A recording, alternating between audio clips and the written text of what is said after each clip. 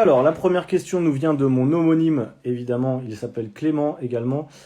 Comment perdre le gras du ventre? Plutôt cardio ou renforcement musculaire? Alors, pour perdre le gras du ventre, Clément, ni l'un ni l'autre, ou alors les deux. C'est toi qui vois comment tu veux voir la chose, mais globalement, ça va être comment perdre le gras du ventre, tout simplement faire un déficit calorique. C'est la seule chose qui est importante.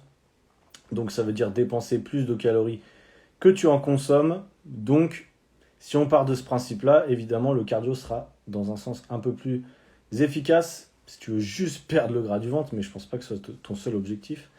Donc voilà, ça va se jouer globalement, tu l'as compris, avec ton alimentation d'une manière générale. C'est pas forcément le cardio ou le renforcement qui fera la différence, c'est globalement ton alimentation et comment tu gères l'ensemble des calories de ta semaine. Et ensuite, couplé à ça, moi je te conseillerais évidemment si tu veux perdre le gras du ventre, mais tu le sais, hein, tu peux pas cibler la perte de gras. Ça va se faire en fonction de ton taux de masse grasse générale. Mais tu peux faire un petit peu de cardio, 2-3 séances par semaine, mais couplé à du renforcement, je te le conseille. C'est plus intéressant de développer également sa masse musculaire, déjà pour avoir un physique harmonieux, mais également pour avoir potentiellement un métabolisme plus performant, ce qui à terme est plus facile pour gérer la diète, tout simplement. Donc voilà. Mais il n'y a pas d'exercice spécifique pour perdre le gras du ventre, je vous le rappelle. Faire des abdos, faire des crunchs ne vous fera pas éliminer la couche de gras que vous avez sur vos abdos de toute façon. Donc voilà. Bonjour, quel type de sport après 50 ans? Quasiment tous les sports finalement, enfin tous les sports. C'est relatif, mais tu peux faire du renforcement à la salle de sport, ça c'est ok. Il y a même des gens qui à plus de 50 ans font du crossfit, il suffit d'adapter en fait les mouvements. Et je dirais qu'il y a pas mal de sports qui sont possibles, mais il suffit d'adapter ta pratique à ton niveau et ton niveau physique, je dirais. Donc en fait, il n'y a pas vraiment de contre-indication de sport après 50 ans, je pense pas. Après, bon, c'est sûr que si tu veux faire du rugby après 50 ans, c'est peut-être pas le meilleur sport, ça dépend. Mais voilà, tu peux faire de la course à pied, ça dépend de ton passif finalement de sportif ou de sportive. Mais pour moi, il n'y a aucune contre-indication, tu peux faire quasiment, en tout cas, essayer tous les sports que tu veux, et surtout faire un sport que tu aimes bien. Ça peut même être de la marche rapide, ça peut être de la randonnée. Euh, tous les sports où tu te dépenses un minimum seront bons, tant que tu aimes bien ce que tu fais. Je pense que c'est important.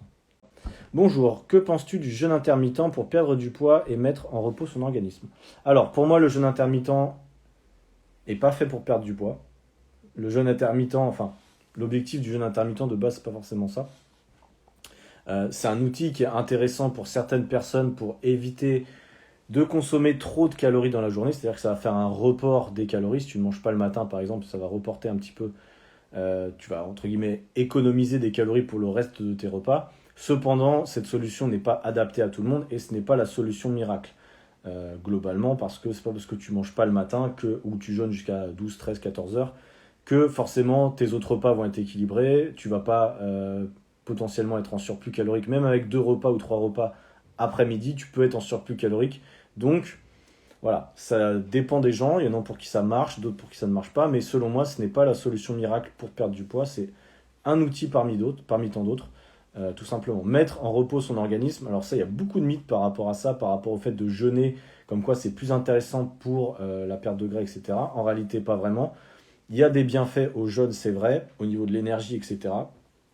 Ça, c'est vrai, mais au niveau de la perte de gras pure, d'une manière générale, ça n'aura pas d'impact significatif.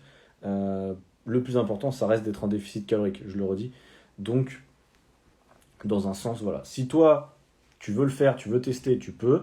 Si le matin, par exemple, tu t'entraînes pas ou tu es relativement sédentaire le matin, tu travailles de chez toi au bureau ou quoi, tu peux faire un jeûne. En réalité, c'est OK. Si tu es en perte de poids. Si tu as du mal à atteindre ton quota de calories, etc., si tu veux prendre un peu de poids, par exemple, pour te renforcer, faire une prise de masse, on va dire, là, le jeûne peut poser problème parce que du coup, tu vas devoir caler tous tes repas sur les autres créneaux de la journée, tout simplement. Comment peut-on perdre en centimètres de taille de cuisses et hanches plus muscu ou cardio? Alors ça rejoint la question tout à l'heure pour la perte de gras au niveau du ventre. Le plus important, c'est d'être en déficit calorique, donc c'est de dépenser plus de calories que vous en consommez.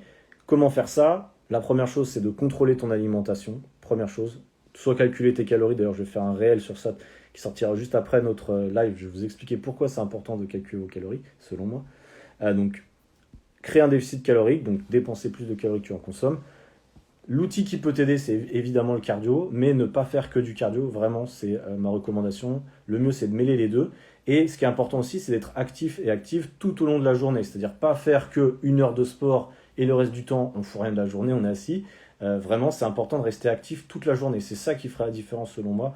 De faire du cardio léger, tu vois, une demi-heure, 45 minutes, c'est là où vraiment c'est important pour perdre du gras, contrairement à ce qu'on pourrait croire, à se dire, ouais, je fais 10 minutes de hit, ça y est, j'ai perdu du gras, tu vois. Vaut mieux être actif toute la journée, c'est bien plus efficace, selon moi.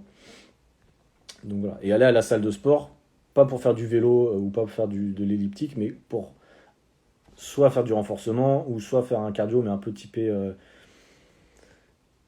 efficace, quoi, ou en cohérence avec ton objectif. Voilà. Ne pas faire que ça. Alors, Clément, de nouveau. Comment améliorer sa posture également? Développer les épaules, sortir la poitrine. Quel type d'exercice recommandes-tu? Des exercices spécifiques par rapport à ta morphologie et du coup à ce que tu me dis. Alors, tu as des exercices spécifiques pour du renforcement, mais tu as aussi des exercices de mobilité qui vont t'aider, je pense, en termes de mobilité au niveau des épaules. Tu sais, on est tous un peu, d'ailleurs, moi je le suis aussi, tu vois, on est un peu courbé vers l'avant comme ça. Et ce qui est important à ce moment-là, ça va être de faire des exercices pour renforcer notamment le haut du dos, les rhomboïdes, etc. L'arrière d'épaule également. C'est souvent des exercices de tirer justement, donc je sais pas comment on dit en français, le seated row en gros, comment on dit, le tirage horizontal, voilà, qui pourra t'aider par exemple, mais à ce moment-là en ayant une prise un peu plus, je peux pas trop te montrer comme ça, mais en gros en ayant une prise qui va te permettre de justement rétracter les omoplates et un mouvement tiré comme ça. Tu as des mouvements également pour l'arrière d'épaule avec un câble. À toi de regarder un petit peu ce qui peut se faire sur Internet, mais voilà, des mouvements de renforcement du haut du corps, enfin du haut du dos pour le coup, et de mobilité, je pense que ça peut te servir. Pourquoi pas parce que souvent, nous les hommes en plus, on bosse beaucoup sur les pectoraux, etc. Mais c'est vrai que l'arrière, pour le coup, on n'est pas forcément, c'est pas forcément profond. Que penses-tu de l'alimentation cétogène? Alors ça, c'est une bonne question, Candine75. J'ai fait un post qui sortira cette semaine, donc je ne vais pas trop m'enflammer sur cette réponse-là, mais globalement, je suis extrêmement contre l'alimentation cétogène. Je vous expliquerai dans le post de la semaine pourquoi c'est dangereux. Selon moi, voilà, c'est pas la vérité, c'est selon moi, je recommanderais jamais à un de mes élèves de faire une diète cétogène. Il y a d'autres solutions pour perdre du poids que de se priver d'un macronutriment, que de prendre des risques avec sa santé concrètement pour des bénéfices qui sont encore très très peu prouvés par la science, quoi qu'on en dise. J'ai beaucoup de gens qui encore pensent que c'est la solution miracle. Non, ce n'est pas la solution miracle, c'est simplement qu'il y a des gens qui vendent des programmes et des gens qui sont presque, c'est leur business, l'alimentation cétogène. Il y a même des entreprises qui font que des produits keto, cétogènes, etc. Donc c'est que concrètement, il y a un énorme business derrière ça. Est-ce que c'est la vérité? Est-ce que c'est la meilleure option? Je ne pense pas. Tout simplement. Maintenant, c'est comme pour le jeûne intermittent. Alors, c'est un peu différent, mais si tu veux essayer, tu peux toujours essayer. Maintenant, le jour où tu vas reprendre une alimentation normale, bon courage pour maintenir ton poids. C'est tout ce que je peux te dire. Donc, voilà. Moi, les solutions qui sont à court terme, sur la perte de poids, je ne suis pas fan. Je préfère vous proposer des solutions à long terme qui vous permettent de vivre une bonne relation avec votre alimentation et ne pas se priver comme ces types de régimes, finalement, qui sont très à la mode.